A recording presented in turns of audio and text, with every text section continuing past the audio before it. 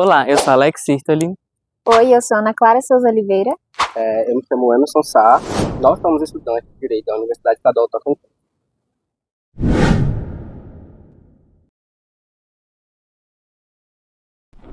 Meu divino Espírito Santo, eu vos vim lhe visitar. Venho lhe pedir uma esmola, se vós nos quiseres dar. Venho lhe pedir uma esmola, se vós nos quiseres dar. Hoje iremos apresentar o nosso trabalho da disciplina de Direito Constitucional 1 como parte integrante do projeto de extensão Centro Quilombola Vó Camila, da aluna bolsista Maísa Lopes, sob orientação da professora Gleide Braga, como parte de atividades extensionistas e avaliativas do Direito Constitucional 1. Nossos passos nos trouxeram ao território ancestral no sudeste do Tocantins, o Quilombo de Lajeado. Lá, homens e mulheres que herdaram a força da sobrevivência transformaram a terra em lar, a dor em história e a memória em resistência. E mais do que viver o presente, essa comunidade preserva o passado e semeia o futuro com cultura, união e fé. Foram pelos pais e avós dos meus avós, né, dos meus bisavós. Acredita-se que essa formação dessa região aqui, dessa comunidade, foram de pessoas descendentes dos escravos, ou que foram propriamente dito escravos, né, e que se alojaram aqui nessa região e daqui foram povoando, e aí formou aqui as comunidades. A origem do Quilombo de Lajeado remonta aos tempos da Rota do Ouro, onde descendentes de escravizados fixaram-se ali naquelas matas e criaram ali suas comunidades.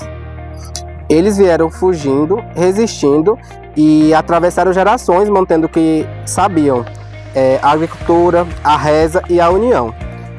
A origem do Quilombo de Lajeado no Tocantins, ela está relacionada à formação de comunidades quilombolas em áreas rurais e também durante a escravidão no Brasil. A comunidade, ela provavelmente surgiu como um local de refúgio para pessoas escravizadas e que fugiram das senzalas e buscaram liberdade. Quem foi Vó Camila? A matriarca, o elo, a voz que unia passado e futuro. Vó Camila. Foi em sua casa que a escola começou, onde Maria Rita, com apenas 16 anos, ensinava 32 alunos. Vó Camila vendia arroz para comprar caderno. Ninguém ficava sem janta. E foi ela que implantou a ideia de que estudar era ir, mas também voltar. Sua neta, hoje professora, é a prova disso. Vó Camila era o significado de resistência. Vó Camila era uma quilombola que foi um exemplo para todos nós da sociedade e da própria comunidade quilombola. A senhora foi a primeira professora daqui do Quilombo, foi eu, em 1974. E aí trabalhei aqui uns 6 anos. Depois eu mudei lá para Nova Prata. Meu pai fez uma casinha para mim lá, os meninos daqui iam estudar lá, no caso da Ana mesmo, ela fez a terceira, eu trabalhava até a 4ª série lá, porque era muito seriado. Aí trabalhei aqui, depois passei para lá e aí foram para lá. O Joel Siga, que estava aqui agora, ele também estudou comigo, ia estudar lá. Aí, quando ampliou a escola, que construiu aquela escola em 2000, aí que construiu a escola em 1999, foi em 99.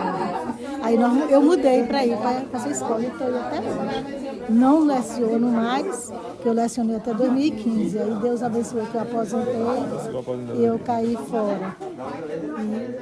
E só tinha também, eu fiz até o magistério. Não continuei a estudar não, porque era muito distante de Dianópolis, daí para Dianópolis.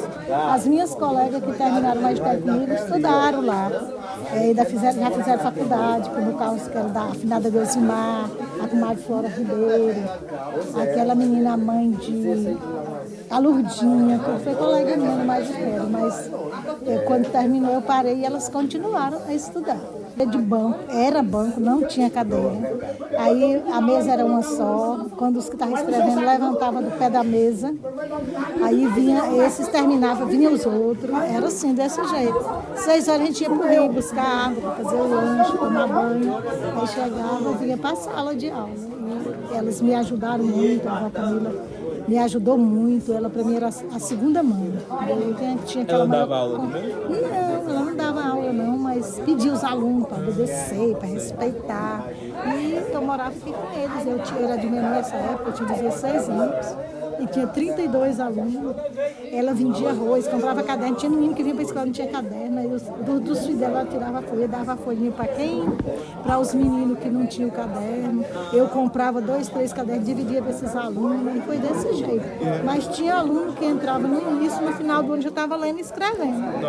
Muito seriado.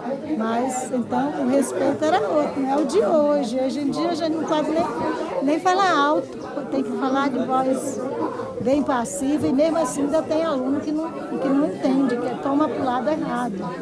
E desse tempo que eu mudei lá para Nova Prata, a escola foi para lá. Meu pai fez uma casinha, eu trabalhei lá. Aí depois, quando foi, daí eu saí, casei em 80, fui para Boa Nova, trabalhei lá 9 anos, na Boa Nova, na casa do meu marido. Depois eu mudei para outro lugar, um Vajão, que hoje já é terra desses 20, essa fazendona que está comprando o mundo todo aí. E depois de lá da Boa Nova, eu fui para Nova Barra, ali mais embaixo, trabalhei também 4 anos. Aí quando voltei, em 99, que foi para ir para a escola. Que precisava vir de longe, da Redondeza para a escola. Deles andavam a cavalo, outros iam a bicicleta, outros iam a pé. Mas ficava com menino de outras famílias aqui na casa dela, que a semana toda.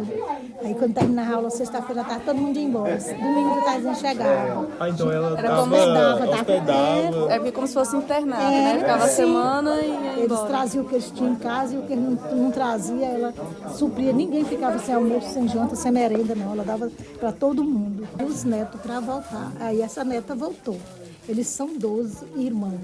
Aí essa neta já trabalha, já tem 4 anos, 5 anos que ela trabalha na escola. Ela terminou a faculdade em Palma, ela veio até a 4ª série aqui, aí foi para Dianópolis, foi para Palma, fez faculdade, fez pós-graduação, aí voltou. No ano que ela faleceu, ela estava trabalhando em Dianópolis. Camila faleceu aqui em 2019, a menina estava em Dianópolis, tinha terminado a faculdade. Aí com isso ela pediu que queria vir no outono ela veio para cá, para ficar com o pai. E está aqui junto com a tia, que ficou muito solitária, e trabalha na escola. A palavra quilombo vem de uma língua africana. No começo significava acampamento de luta na floresta. No Brasil, passou a ser usado para falar de comunidades formadas por pessoas que fugiram da escravidão. E para os negros libertos, quilombo é símbolo de luta e liberdade, sendo o Quilombo dos Palmares o mais conhecido. E com o fim da escravidão, o termo passou a ser usado para representar a resistência da exclusão, a resistência contra a exclusão dos negros na sociedade. Hoje, comunidades quilombolas são reconhecidas como aquelas onde vivem descendentes de africanos escravizados que mantêm suas tradições, como festas, rezas e modo de vidas próprios. A Constituição de 1988 reconheceu o direito dessas comunidades à terra e à proteção do Estado, como parte do patrimônio cultural do povo negro. O quilombo representa não só o direito de morar e sobreviver, mas também o direito à cultura, à história e à cidadania. Uma brincadeira de um tal de camaleão, né? Aí ele fazia camaleão, olha o rabo dele. Aí nós ia naquele trem, né? Um atrás do outro. Camaleão, olha o rabo dele, segura esse rabo, senão ele cai. Um cachimbo é de barro, é de samurai. Camaleão, olha o rabo dele. Segura esse rabo, senão ele cai. O cachimbo é de barro, é de samurai. Camaleão, olha o rabo dele. Segura esse rabo, senão ele cai. Tô chegando na sua porta.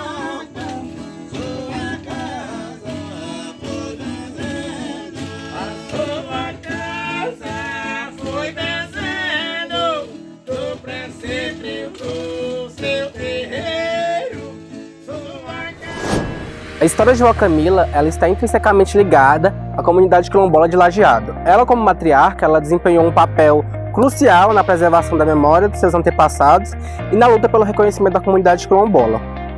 As comunidades, elas representam um longo processo de luta por cidadania e elas buscam reconhecimento e a garantia de seus direitos territoriais. Vó Camila, ao lutar pelo reconhecimento da sua comunidade e a união, ela personifica essa luta, né, histórica das comunidades quilombolas por sua afirmação pelos direitos que a comunidade tem no Brasil. A nossa comunidade ela é organizada principalmente seguindo o nosso estatuto. A gente tem um estatuto que nos direciona e a cada 2 anos a gente faz uma eleição onde a gente elege uma mesa diretora, né, composta com vários segmentos. Uma pessoa responde, um diretor social, o presidente, o vice-presidente, diretoria de finanças, né, diretoria de eventos. E aí, a cada 2 anos, a gente faz uma eleição. As votações são feitas pela própria comunidade, votadas pelos associados, pessoas votantes, no caso, né, que estejam atendendo alguns requisitos que o estatuto pede, né? Por exemplo, assiduidade, pagamento, né? E enfim, aí somente os associados que votam. A cada 2 anos a gente faz e procura estar sempre fazendo a troca, né? Para que outras pessoas também participem do processo. A história escravagista brasileira mudou profundamente a estrutura social e legal do país.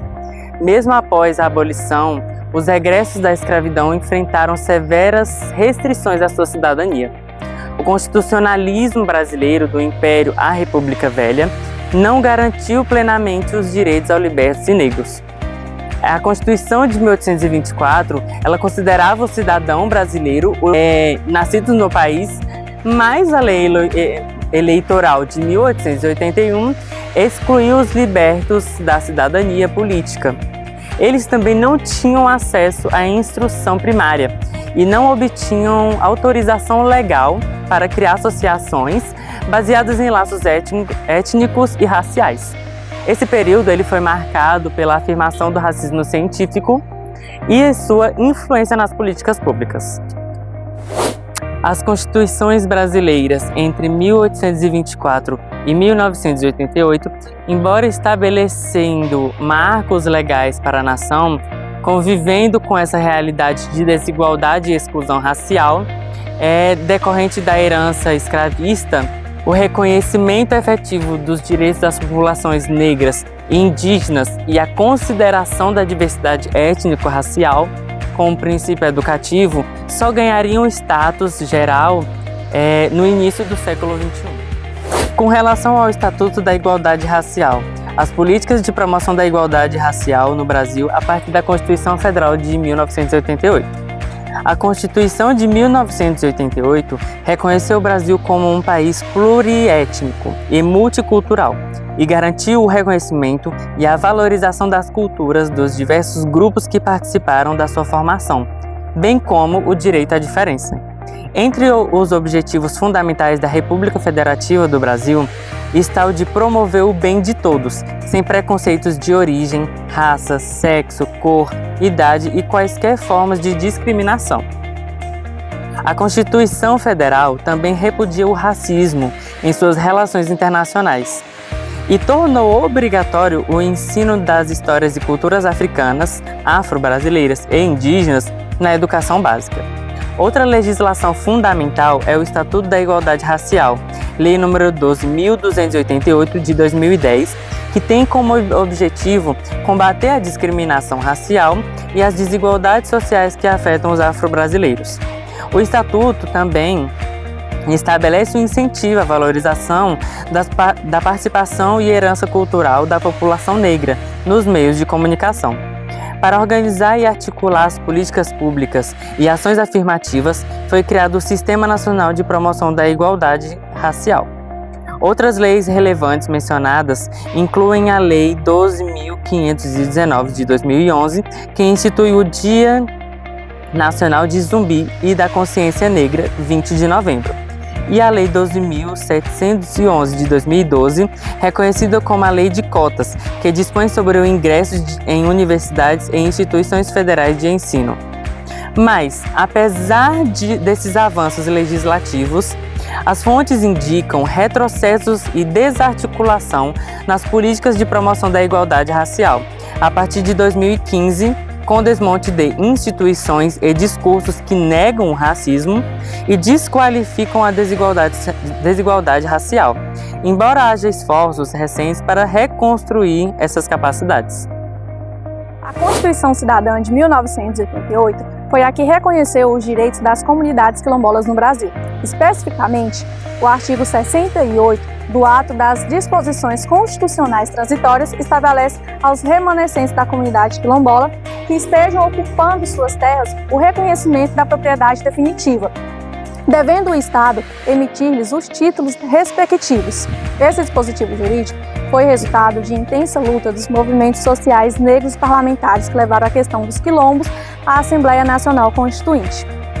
O reconhecimento na Constituição de 1988 resultou no rompimento com um século de silêncio legal sobre a existência e os direitos da população negra brasileira, que anteriormente era frequentemente subsumida à ideia de embranquecimento. O Tocantins tem leis e ações importantes para combater o racismo e promover a igualdade racial. A Lei 4.210 de 2023 criou a Semana Educar pela Igualdade Racial, com foco na educação e valorização da cultura afro-brasileira. Também temos o Estatuto da Igualdade Racial, que garante direitos e oportunidades para a população negra. O Estado faz parte do SINAP, Sistema Nacional que apoia políticas públicas contra o racismo, e criou a campanha Racismo em Pauta para incentivar a conscientização. Já em Indianópolis, mesmo sem leis específicas, há participação em debates e ações com o apoio da Defensoria Pública, reforçando a importância da justiça e do combate à discriminação. A visita de acadêmicos à comunidade de Lajeado, zona rural de Indianópolis, teve como objetivo conhecer, divulgar e fortalecer a representatividade de Vó Camila, ressaltando a importância do respeito da valorização das comunidades tradicionais, embora as fontes se concentrem principalmente na comunidade de Lajeado, em Indianópolis. Com relação à nossa visita à comunidade quilombola de Lajeado, com foco na Vó Camila, tem-se que, no dia 13/4 de 2024, foi feita uma visita ao quilombo Lajeado, onde morou Vó Camila. No evento em questão, foi uma reunião da associação que acontece todos os meses para discutir questões e demandas da própria comunidade. Reunião iniciada com um lanche e, após isso, uma oração, sendo ela uma reza católica, Pai Nosso e Bendito Espírito Santo, e uma música. Logo em seguida, foi realizada a leitura da ata referente à reunião do mês anterior. Os visitantes foram se apresentando e dizendo o motivo de visitarem o quilombo. Nessa ocasião, uma determinada particular manifestou seu desejo de se tornar associada. E foi-lhe dito que para isso deveria ter critérios a serem seguidos, aos quais a mesma não tinha. Além disso, seria feita uma votação referente à sua associação. Nisso, após discussões sobre o pedido feito pela mesma, tal pedido foi indeferido pelos participantes da comissão. Tudo isso mostra como a democracia está inserida na sociedade, inclusive na comunidade, onde tudo é sempre com a pretensão do certo e organizado. Após isso, começaram a discutir sobre o problema com a falta de água encanada e ter acesso à água através do poço. Relatou também que o projeto de água encanada foi aprovado e logo mais a água chegará na casa de todos. Além disso, foi citado o recebimento de um ofício sobre a luz para todos, mas entrando em contato com o responsável da Energisa, ainda não obteve contato. Ainda não obteve o retorno que era esperado. Além disso, discutiram sobre outras demandas da comunidade. E tudo isso mostra como uma comunidade pode ter um sistema organizado e democrático de forma tão interessante. Sistema onde tarefas são divididas mesmo em questões simples como um lanche da reunião. Experiência única, visitar um lugar onde uma importante figura quilombola viveu. Vó Camila teve uma ligação profunda com a história da escola da comunidade. Ela era considerada por muitos como a fundadora, pois a escola inicialmente funcionava em sua casa. Mesmo não sendo professora, Vó Camila exercia um papel essencial, ajudando a professora naquela época, que era muito jovem, pedindo que os alunos a respeitassem. Vó Camila também vendia arroz para que assim comprasse cadernos e distribuía folhas para que os alunos que não tinham materiais. Vó Camila acolhia alunos de outras comunidades em sua casa, oferecendo comida a todos. A escola funcionava como um internato e ela fazia o funcionamento funcionar melhor. Os alunos chegavam, ficavam durante uma semana e voltavam para suas casas apenas no final de semana. Ela era reconhecida, e historicamente, pelas pessoas de hoje em dia, como uma pessoa acolhedora, conhecedora, sábia e além do seu tempo. Ela incentivava fortemente para que os netos voltassem ao quilombo, para que assim contribuísse com a comunidade, com o conhecimento adquirido. Temos o caso da sua neta, Ione Luiz Martins, que estudou em Indianópolis, Palmas, e retornou para a escola local após o falecimento da sua avó, Camila. Ela lutou incansavelmente pelo reconhecimento e pela união pacífica das comunidades até falecer. Ela ensinou laços de memória e ancestralidade, fortalecendo a relação comunitária. Vó Camila é um exemplo para a comunidade quilombola de Lajeado. Ela simboliza a luta, a resistência e o crescimento da comunidade. Seu legado é de luta em defesa dos direitos por melhores condições de vida e pela preservação da cultura quilombola. É uma referência para seu povo. Sua grande contribuição é vista na promoção da cidadania e da democracia na comunidade quilombola e na geração no caminho de empoderamento e valorização da raça e cultura negra com o intuito de extinguir o preconceito. Ela compartilhou suas histórias, conhecimentos e sabedoria sobre sua luta e existência, deixando um legado. Sua dedicação à causa quilombola, acumulada ao longo de 81 anos, é destacada, e a cultura quilombola valoriza muito a figura dos mais velhos, e Vó Camila, como matriarca e detentora de muitos conhecimentos sobre as memórias da comunidade, era uma referência.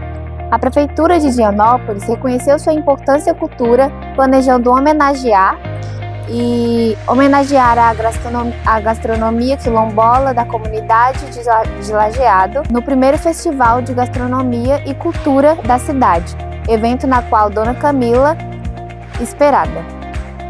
A visita de acadêmicos à comunidade de Lajeado, zona rural de Indianópolis, teve como objetivo conhecer, divulgar e fortalecer a representatividade de Vó Camila, ressaltando a importância do respeito da valorização das comunidades tradicionais, embora as fontes se concentrem principalmente na comunidade de Lajeado em Indianópolis. Vó Camila deixou um legado os quais todos, além da comunidade, devem pensar e seguir. Sua luta sempre será lembrada.